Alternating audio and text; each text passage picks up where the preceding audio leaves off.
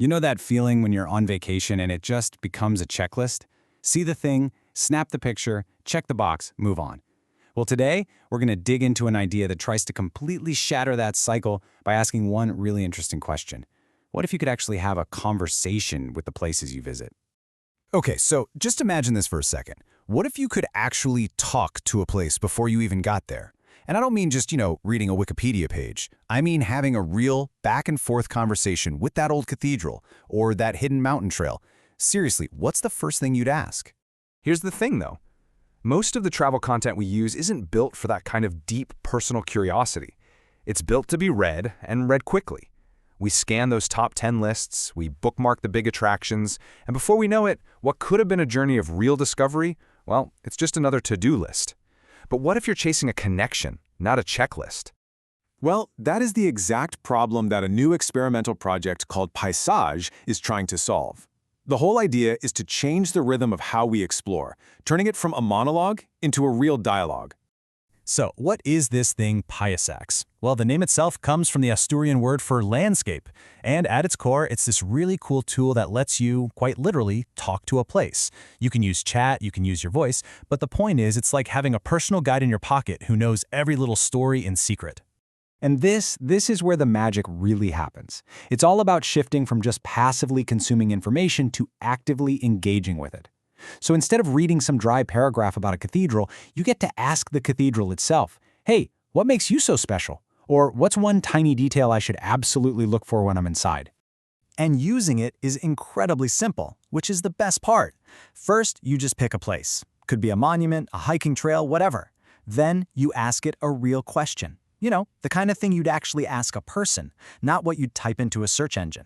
And from there, you just follow the thread. You let your own curiosity be the guide, not some pre-made list. And just think about the kind of questions this opens up. You can ask something as simple but as profound as, what should I notice when I'm here? See, that's not about finding the perfect photo op. It's about learning how to really see a place with fresh eyes.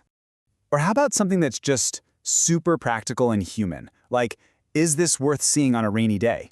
Now, that is a real-world travel question that a normal static travel guide could never really answer for you. It's responsive, it's personal. All of this really highlights the huge difference between two very different mindsets, the planner and the discoverer. And it really all comes down to how you interact with the information you're given.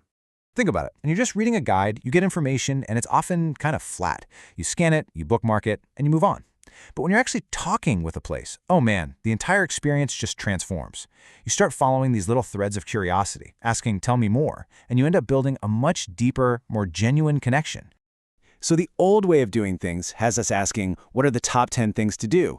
It just creates that checklist. But this new approach, the Paisaxe way, it encourages us to ask things like, what should I notice right now, in this moment? And that lets us follow our curiosity instead. And that's the bottom line. It completely changes the entire rhythm of the experience.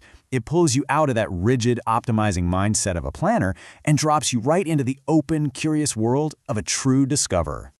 So, you might be wondering, why test this whole idea in a relatively unknown corner of Spain? Well, the creators specifically chose this region, Asturias, because they believed it was the absolute perfect subject for this kind of experiment.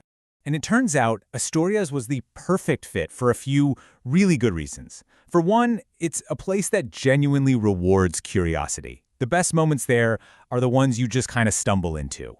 It's also beautifully underexplored, so it's a quiet escape from the usual crowded tourist hubs. And finally, its history has these incredible layers. We're talking pre-Roman, medieval, industrial, all best peeled back one conversation at a time. I mean, just to give you a feel for this place, we're talking about mountains that could go toe-to-toe with the Alps, dramatic cliffs just plunging into the Atlantic, and churches that are older than most countries. It's home to the original Camino de Santiago trail, and they've got this unique cider tradition. In short, it's a landscape that's just overflowing with stories, waiting for someone to ask. So, after all that, after building this tool and watching people actually use it, what was the key lesson? What was the big takeaway? It really all boiled down to this one simple but incredibly profound observation. When people read, their instinct is to optimize. But when people talk, their instinct is to wander. And it makes so much sense when you think about it, right?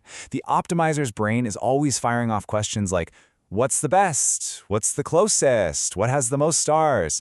But the wanderer asks entirely different questions. They ask, what fits my mood right now? What's the real story here? What's something that'll surprise me? And here is the perfect example of that in action. I'm tired and it's raining. What's something calm I can do nearby? I mean, come on, no travel guide on Earth has a section for that. It's a completely human question, based on a feeling, a mood, a moment in time. A conversation can handle that beautifully, but a checklist, it just falls apart. And that leaves us with one final thought to chew on. This whole idea, it isn't just for some far-off place in Spain. Think about your own town, the city you live in right now. If it could talk, if you could have a real conversation with it, what would your first question be?